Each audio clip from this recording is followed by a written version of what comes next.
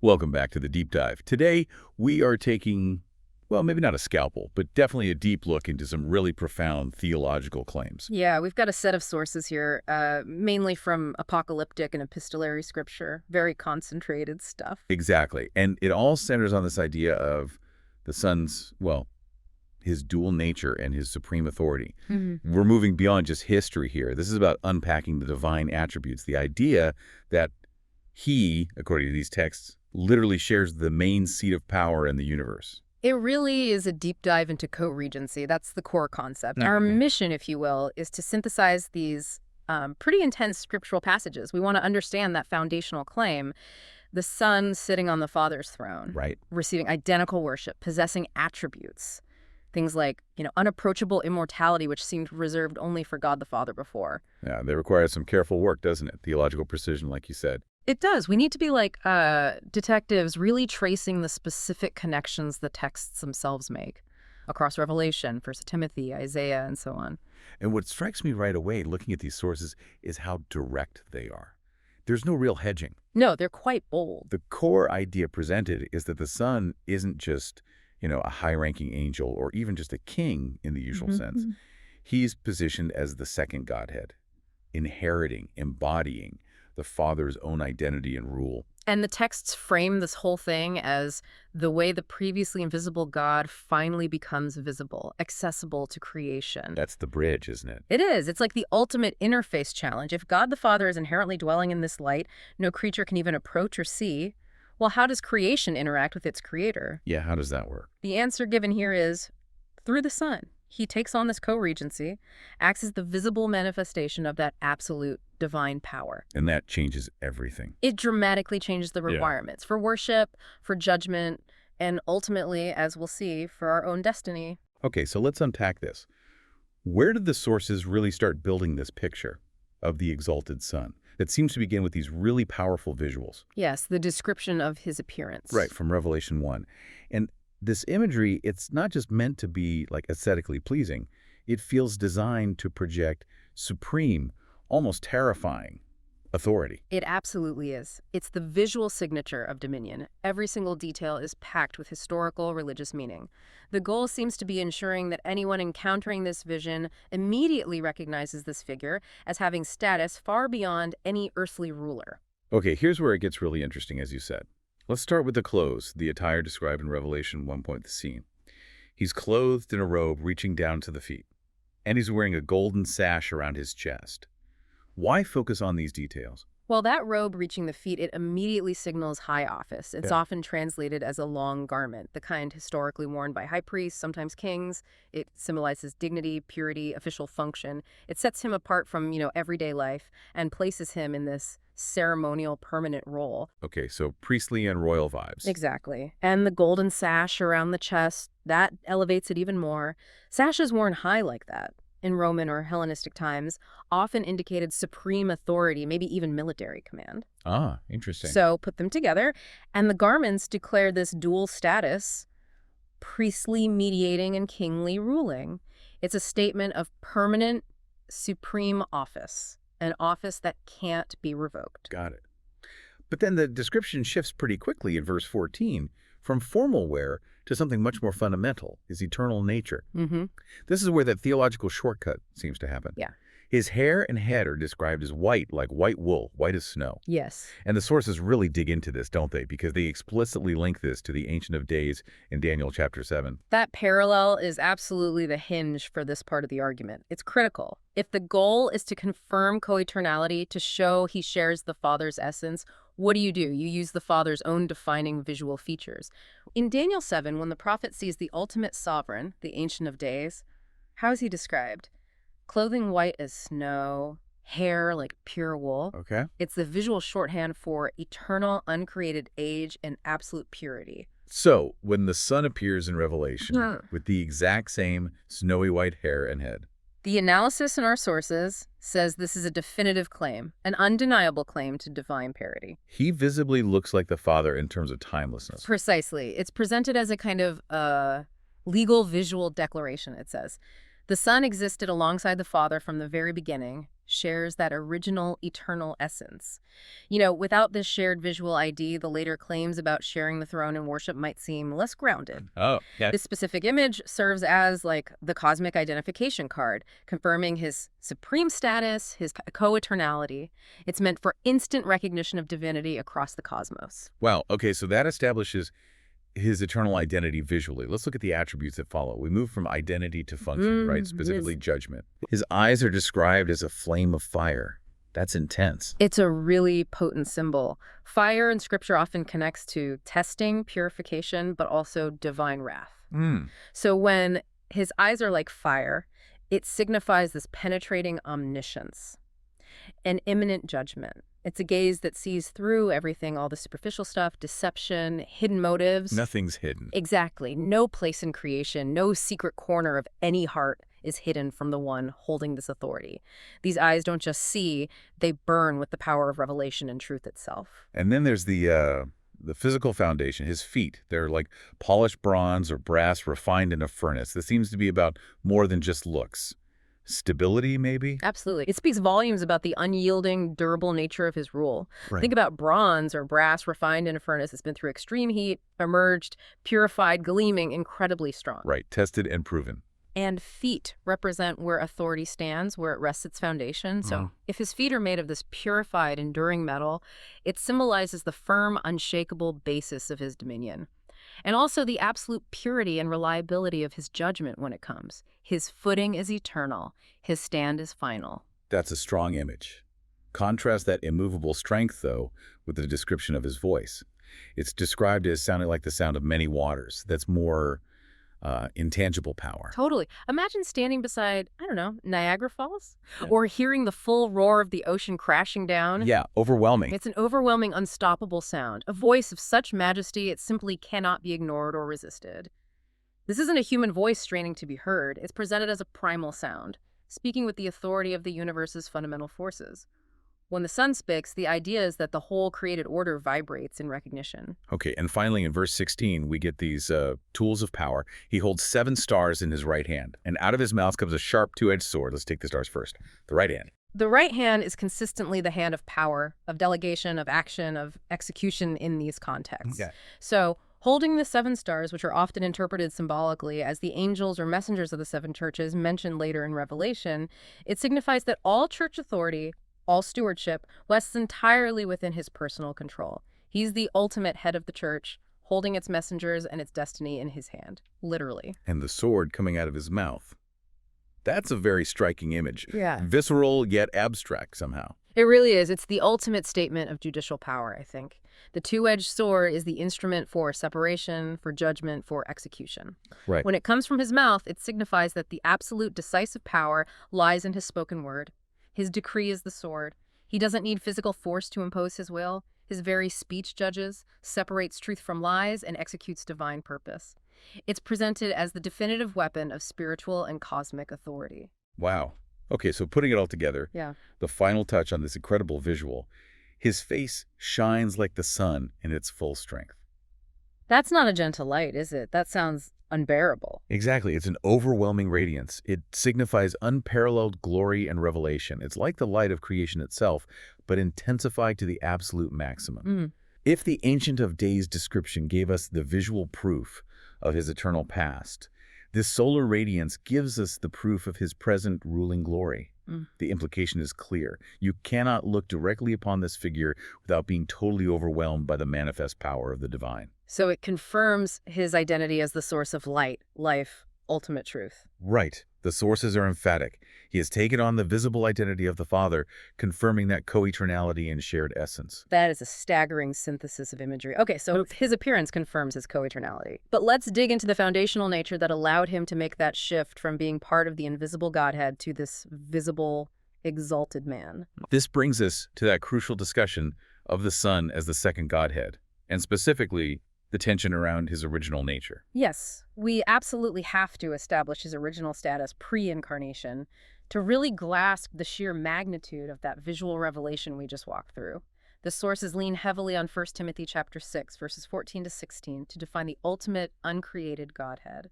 And then they argue that the Son, as the second Godhead, inherently shared those defining attributes from the beginning. Okay, so 1 Timothy 6. The command there is clear. Keep the instruction until the appearing of our Lord Jesus Christ. Then the text identifies the one who shows this appearing as God. And he's described as the blessed and only sovereign, the King of kings and Lord of lords. Titles of absolute singular dominion. Unmistakable. But the really defining characteristics, the exclusive ones, come next. First, only he possesses immortality. Right. And immortality here isn't just about living forever. The sense is possessing life inherently, innately, independent of any external source. It's an attribute exclusive to the uncreated Godhead. Okay? And second, crucially, he dwells in unapproachable light. Yes. Let's pause on that phrase because it's fundamental. Unapproachable light. What does that functionally mean? How does God live in light that's inherently inaccessible? Well, it speaks to profound, absolute holiness and separation from the created order. The light isn't just physically bright, it's spiritually, essentially pure to a degree that's fatal or devastating to finite, contingent beings like us. Wow. It acts as this eternal barrier, maintaining the fundamental distinction between creator and created. It ensures God's transcendence remains, untainted. Okay. And the source material argues very clearly that the Son, as the second Godhead, originally shared this state, dwelling in that same unapproachable light with the Father. And then the third point, maybe the most exclusionary statement of all, no person has seen him, nor can they see him. That triad, inherent immortality, dwelling in unapproachable light, and inherent invisibility to creation, this defines the essential nature of the ultimate Godhead according to these texts. And the sources insist. The Son originally shared this status. This establishes his pre-incarnate position as fully divine, fully inaccessible, inherently unseen by any human. Which creates this huge theological tension, right? It's fascinating. It really is. If the Son, the second Godhead, originally shared this invisible, unapproachable nature, why? Why enter creation? Why did the unseeable become seeable? That's the pivot point. Yeah, that seems to be the core of the whole redemptive story presented here. And that dramatic shift is the purpose of the incarnation, according to this analysis. The reason the Son became human was precisely to reveal the Father. It was to collapse that distance imposed by the unapproachable light. John 1.1 nails this. No one has ever seen God, referring to that unapproachable Father nature, but the unique Son has made him known. The Son is the solution to the inaccessibility problem. Exactly. He's the bridge, the interface. And this lines up perfectly with what Jesus himself says in the Gospels. Like when Philip asks, "Show us the Father," and Jesus replies in John 14, "Anyone who has seen me has seen the Father." Yes. And that statement carries maximum theological weight only if the Son previously shared the Father's unapproachable, unseen nature. The one who was inherently invisible, residing in that impenetrable light, stepped across the boundary, became visible in the person of Jesus Christ. So the Father retains those essential characteristics: invisibility, immortality, the unapproachable light. While the Son becomes the express image, the agent of visibility. Wow. So now creation can successfully approach and comprehend the divine, but it's through the Son. Okay. This transformation, from the unseen Godhead to the visible King, is presented as the central teaching point in this analysis. It really provides the pathway, then, for all of creation to finally interact with the divine, which moves us perfectly into the next piece, the centerpiece of functional authority, the throne. If the Son is the visible, accessible representation of the invisible Godhead, what do the sources say about who actually sits there, and what kind of recognition do they receive? This is where co-regency gets cemented, through shared rule and shared worship. It shifts focus, doesn't it? Yeah. From the question of his nature, who is he, to his function, what is his role? Precisely. And the throne is the ultimate symbol of function and authority in this cosmology. So we turn to Revelation chapter 5, verse 13. This describes a singular moment of cosmic praise that seemed to define this co-regency. It's a powerful scene. All creation, every entity in heaven, on earth, under the earth and the sea, directs praise, honor, glory, and power forever and ever to him who sits on the throne and the Lamb, both together. That's the definitive statement. The key doctrinal claim drawn from this verse is just monumental. It argues that the Father and the Son are sharing one single throne. It's a singular seat of absolute supreme authority, but occupied by two distinct persons. One throne, two persons. Yes. And because they share that singular seat, the source material argues, they absolutely must receive identical worship. The honor due to one is precisely the honor due to the other. No distinction in the level of worship. Let's pause on that identical worship. Yeah. That's more than just, sharing the credit. That fundamentally redefines the requirements for devotion across the entire cosmos. It does. Why?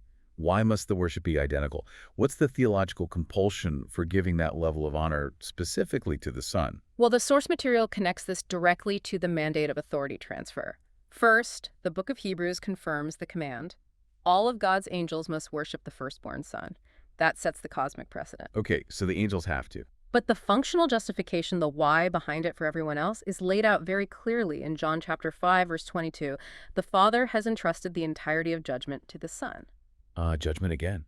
Why is judgment the crucial element here? Why delegate that specific, heavy task to enforce equal honor? Because, as John 5, verse 23 explicitly states, the reason is so that all people will honor the Son just as they honor the Father. Oh. The delegation of ultimate judicial authority, the power over life, death, eternal destiny, mandates that all creation recognize the Son's supreme authority. If he holds that power, then failing to honor him isn't just like a slight preference issue. It becomes a fatal rejection of the Father's established order. So the honor must be equal because the authority, specifically the judicial function, is equal. Yes. And the Son is the visible manifestation of that authority. And the warning in the text really anchors this theologically. Failure to honor the Son directly dishonors the Father who sent him. Exactly. You can't separate them. You can't honor the Father while bypassing the Son because the Son acts as the required gateway, the appointed representative. That recognition of the Son is presented as the only valid pathway to rightly approaching and honoring the Father. If the Son is rejected in his role as the visible, co-ruling Godhead, then the revelation of the Father is effectively rejected too. And this principle ties directly back to one of the most provocative titles given to the Son way back in the prophecies of Isaiah chapter 9, verse 6. Ah, yes, those titles. They are staggering because they seem to completely overlap the Son's identity with the Father's essential nature. They really push the boundaries. The text describes the Son, given as a child, but the government rests upon his shoulder, and he will be called Wonderful Counselor, Mighty God, Prince of Peace. And then the one that really forces theological integration, Everlasting Father. That title, Everlasting Father, is often the point of deepest theological tension, isn't it? Absolutely.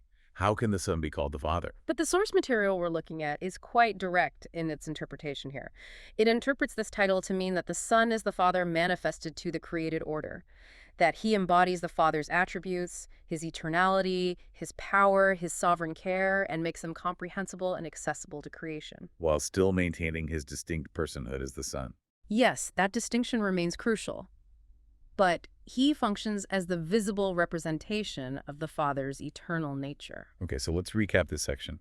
We have the Son sharing the throne, receiving identical worship, which is mandated because he holds the delegated power of all judgment.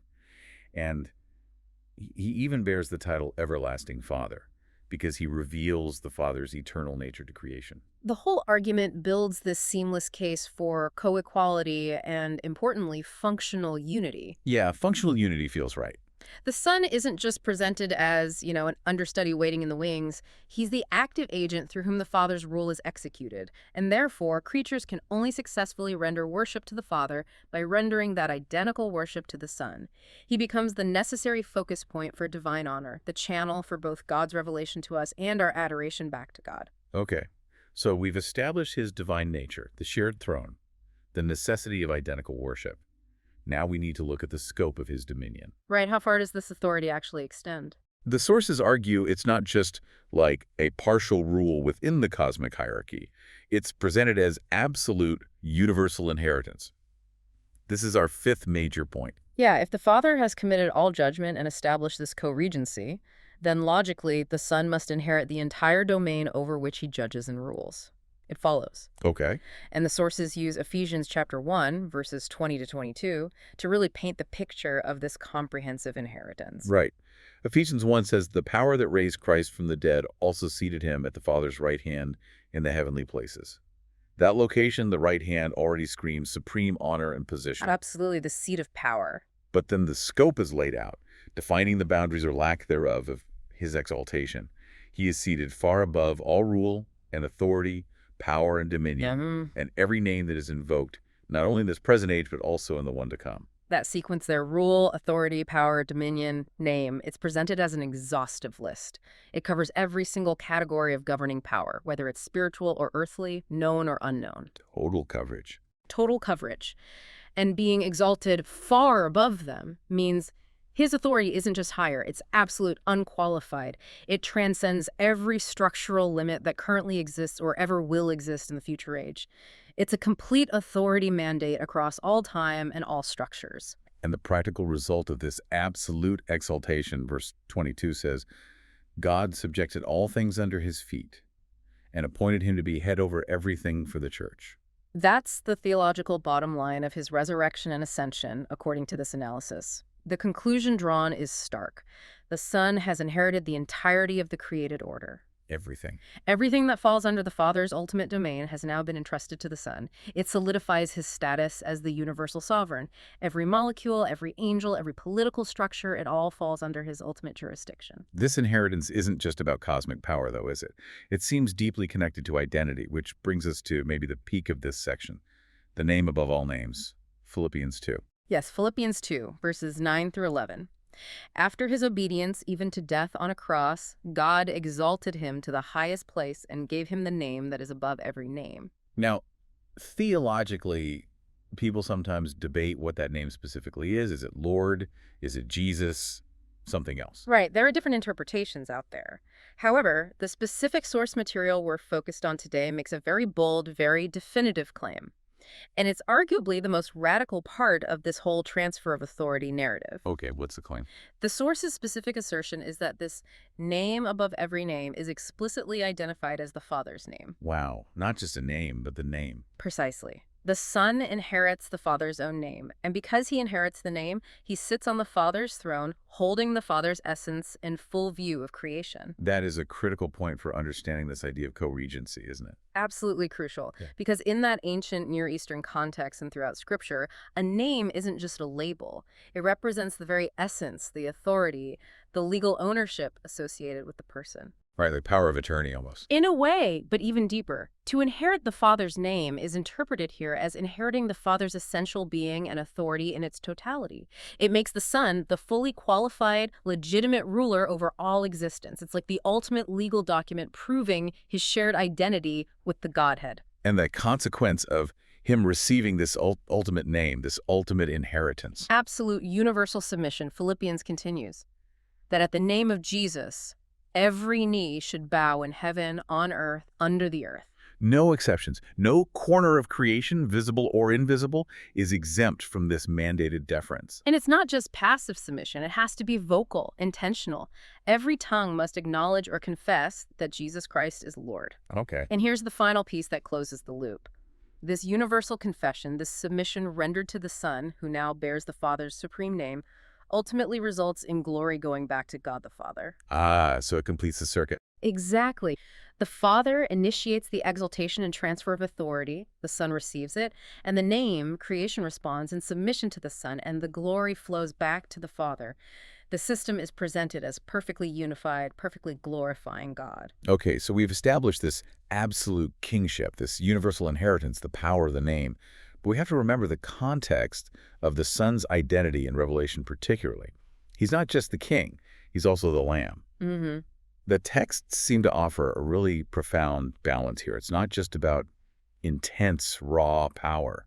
It's also shown as compassionate, restorative. That balance is absolutely essential, especially when we start thinking about the implications for believers, for our destiny. Revelation 7, verse 17 describes the Son specifically as the Lamb, as being in the midst of the throne. Right at the absolute center of authority. Yes, but his position is also presented as ministerial, relational, not distant. And what's his specific duty from that position, according to Revelation 7? His function as the king, who is also the shepherd, is to lead his people to springs of living water and very tenderly to wipe away every tear from their eyes. So the ultimate cosmic ruler is also the ultimate comforter and provider. That's the picture. It's the practical application of his inherited supremacy. He doesn't just govern by issuing decrees from on high. He guides, protects, sustains those under his care. His co-regency on the throne is active, it's ministerial, it's deeply compassionate.